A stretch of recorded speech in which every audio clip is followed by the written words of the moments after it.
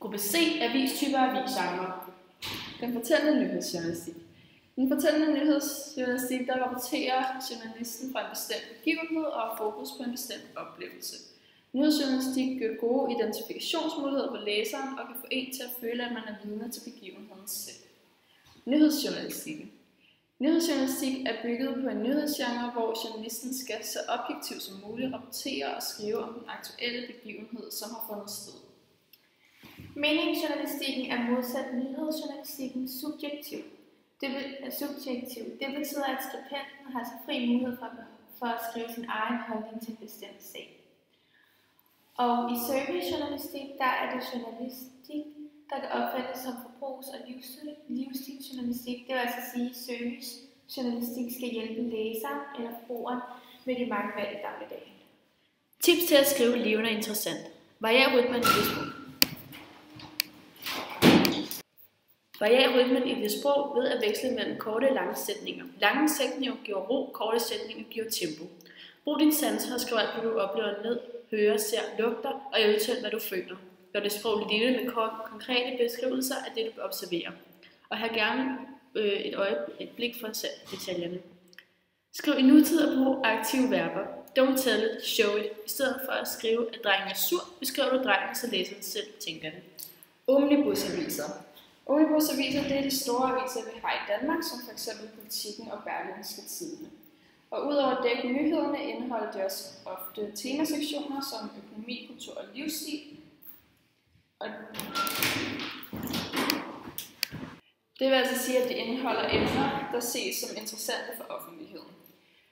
De store aviser har også forskellige politiske holdninger, hvilket kommer til syne i deres vinkling af en historie. I regionale og lokale aviser, der er de knyttet til en bestemt landsdel, eller hvad man kan sige, en region, eller et lokalområde. Og meningen med avisen, det er, at den skal bringe nyheder og informationer primært i den gruppe. Nicheavis. Aviser med fokus på bestemte områder, som henvender sig til bestemte segmenter. F.eks. information og weekendsavisen henvender sig primært til akademikere, som i det politiske liv ligger til venstre og højre for midten. For læsere, der interesserer sig for moral og religion, henvender Kristeligt Dagblad til denne befolkningsgruppe. Til folk i erhvervslivet henvender Børsen så til dem.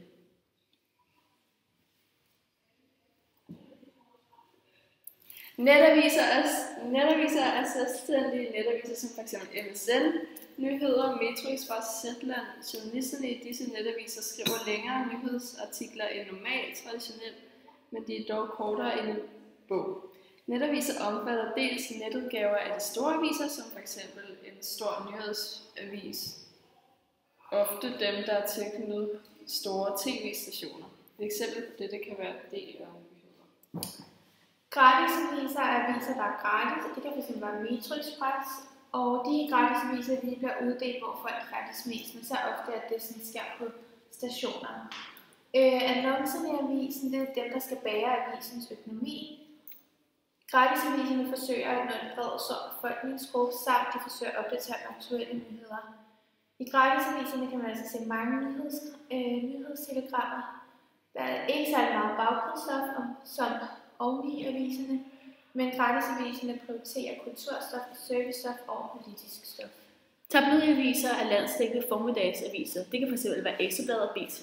Ordet tabloid henvender sig til avisens format. Aviserne har fokus på sport, kriminalitet og nyhedsreportager, det vil sige udenrigspolitiske stof og ikke det baggrundsstoffet. Aviserne bliver ofte kaldt sensationsaviser, fordi de netop dykker sensationen.